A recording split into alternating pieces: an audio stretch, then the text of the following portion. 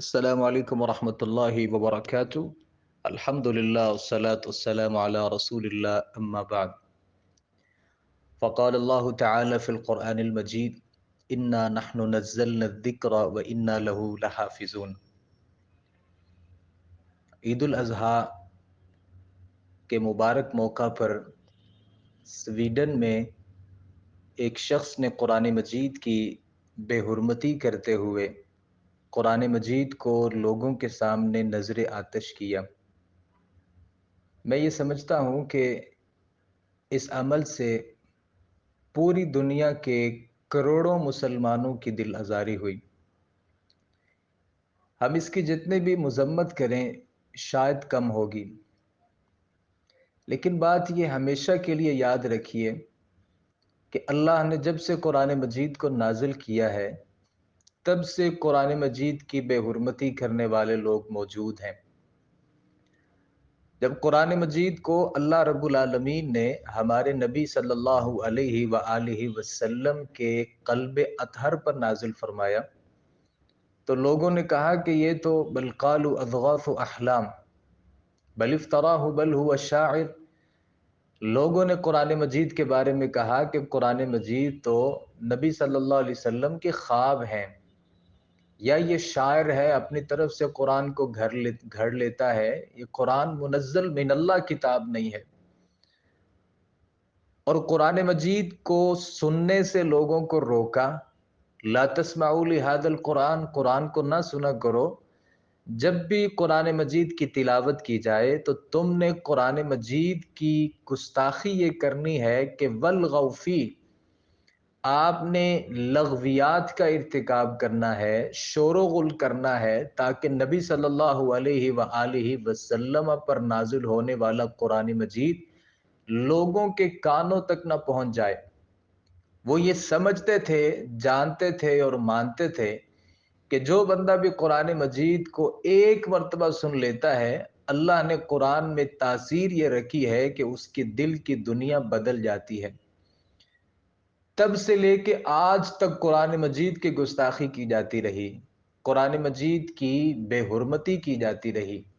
کبھی قرآن مجید کو ٹوائلٹ میں ٹیشو پیپر کے طور پر استعمال کیا جاتا رہا، کبھی قرآن مجید کے جو اوراق ہیں، قرآن مجید کی جو آیات ہیں، وہ کسی ایسی جگہ پر جسم کے کسی ایسے حصے پر لگا دی جاتی جو ہماری نظر میں یا لوگوں کی نظر میں جس کو کوئی پسندیدہ نہیں سمجھا جاتا۔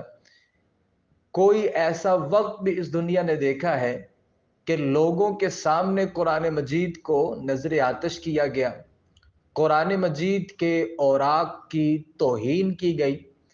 ایسے موقع پر ہر آدمی اپنے طور پر احتجاج ریکارڈ کرواتا ہے اور وہ یہ سمجھتا ہے کہ قرآن مجید کی بے حرمتی میں ہمارا کوئی کردار ہونا چاہیے۔ تو سب سے پہلی بات یاد رکھیے گا کہ یہ قرآن مجید اللہ نے اس کی حفاظت ہمارے ذمے نہیں رکھی، بلکہ اللہ نے اس قرآن مجید کی حفاظت اپنے ذمے لی ہے۔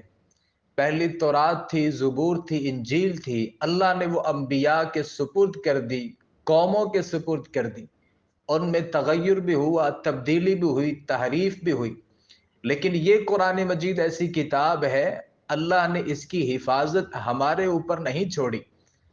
ساری دنیا کے کروڑوں نہیں اربوں لوگ قرآن مجید کو مٹانے کی کوششیں کر لیں، ہمارا ایمان ہونا چاہیے کہ اللہ رب العالمین کے یہ قرآن کا ایک لفظ کیا، ایک حرکت بھی تبدیل نہیں ہو سکتی۔ اللہ نے اس قرآن کی حفاظت اپنے ذمہ لی ہے۔ لیکن ایسے مواقع پر جبکہ قرآن مجید کی بے حرمتی کی جاتی ہے، قرآن مجید کو نذر آتش کیا جاتا ہے، قرآن مجید کو ٹیشو پیپر کے طور پر استعمال کیا جاتا ہے، مسلمانوں کے جذبات کے ساتھ کھیلا جاتا ہے، ایسے میں میری اور آپ کی ذمہ داری کیا ہے؟ بہت سے لوگ احتجاج کرنا چاہتے ہیں قرآن مجید کی بے حرمتی پر، وہ اپنا احتجاج ریکارڈ کروانا چاہتے ہیں، لیکن ہمیں طریقہ نہیں معلوم آج کی اس لیکچر میں میں 7 باتیں اس حوالے سے آپ کے گوش گزار کروں گا۔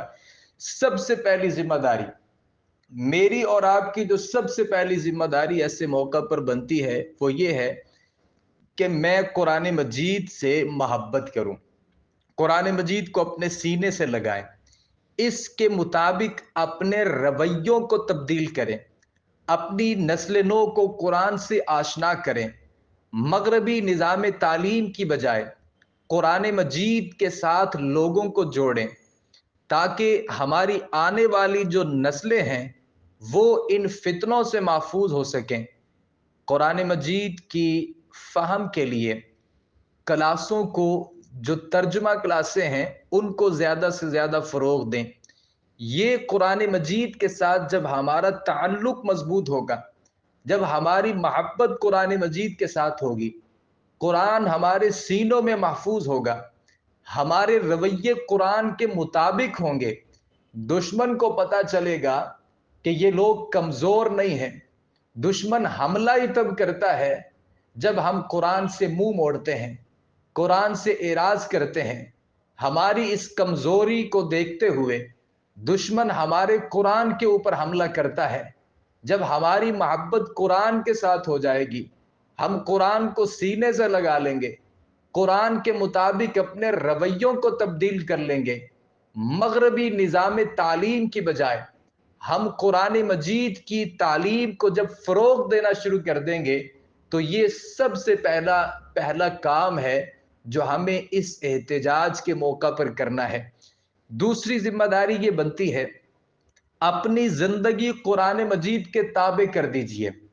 سب سے بڑا احتجاج میرے اور آپ کے لیے یہ ہے، دشمن وہاں سویڈن میں بیٹھ کے حملہ کرتا ہے، کبھی ڈنمارک میں نبی کریم صلی اللہ علیہ وآلہ وسلم کے خاکے بنتے ہیں، قرآن کو نظر آتش کیا جاتا ہے، کبھی فرانس قرآن مجید پہ حملہ کرتا ہے، کبھی امریکہ قرآن مجید پہ حملہ کرتا ہے۔ میں ان لوگوں کا کچھ بگاڑ تو نہیں سکتا، لیکن اپنی زندگی قرآن مجید کے تابع تو کر سکتا ہوں۔ اپنی زندگی قرآن مجید کے تابع کر دیجئے، تاکہ میری زندگی میں کوئی ایک عمل ایسا نہ ہو جس سے قرآن مجید کی بے حرمتی لازم آتی ہو۔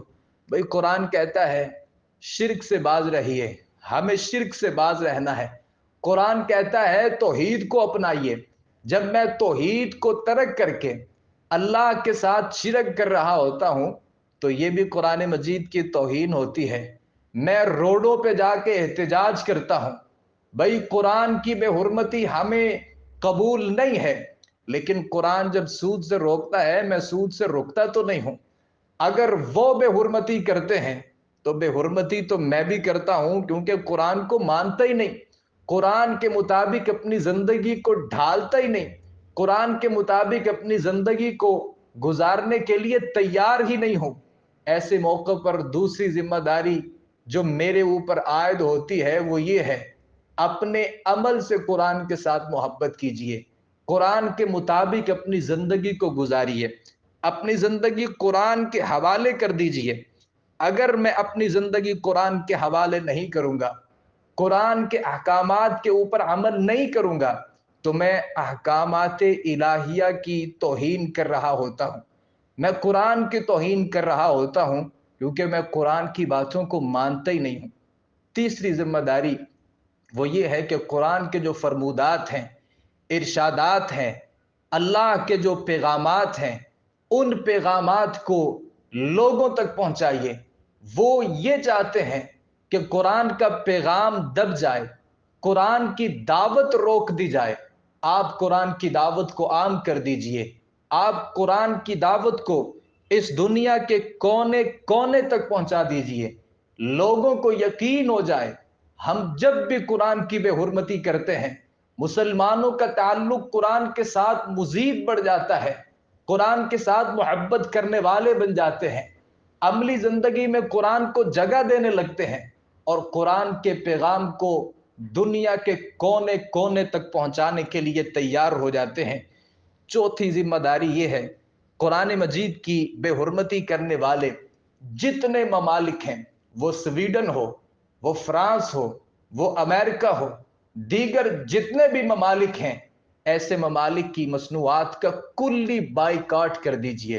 آپ ان کی لسٹ بنائیے، مصنوعات ہیں کون سی ایسی مصنوعات ہیں جو ہمارے ملک پاکستان میں موجود ہیں، ہمیشہ کے لیے اپنے اوپر لاگو کر دیجئے کہ ہم نے ان کی مصنوعات کا استعمال نہیں کرنا۔ ہم معاشی طور پر ایسے لوگوں کے خلاف احتجاج کو ریکارڈ کروائیں گے۔ پانچویں ذمہ داری یہ ہے، ہر موقع پر اپنا احتجاج ریکارڈ کروائیے تاکہ عوامی غم و غصہ کا سیلاب لوگوں کے سامنے ہو۔ یہ ہمارے جو ملک پاکستان میں ان کے سفارت خانے ہیں، ہماری حکومتوں کو بھی پتہ چلے کہ یہ لوگ قرآن مجید کی بے حرمتی کو کسی صورت قبول نہیں کرنے کے لیے تیار، کسی صورت قرآن کی بے حرمتی کو ہم قبول کرنے کے لیے تیار نہیں ہیں۔ ایسے جو لکھاری ہیں وہ قرآن مجید کی عظمت پر، مقام پر، رفعت پر لکھیں، بولنے والے بول کے احتجاج کو ریکارڈ کروائیں، جو جس سطح پر ہے وہ اس سطح پر قرآن مجید کا جو احتجاج ہے وہ ریکارڈ کروائے۔ پانچویں ذمہ داری ہے، قلم و کرتاس کے ذریعے قرآن مجید کی عظمت پر لکھیے، قرآن مجید کے احکامات کو لکھیے، لوگوں تک پہنچائیے۔ اور آخری ذمہ داری یہ ہے، آپس میں محبت اور مودت پیدا کیجیے۔ جتنے ممالک اسلامیہ ہیں، جب تک ان کا اتحاد نہیں ہوتا، دشمن ہمیشہ ہمیں کمزور سمجھے گا۔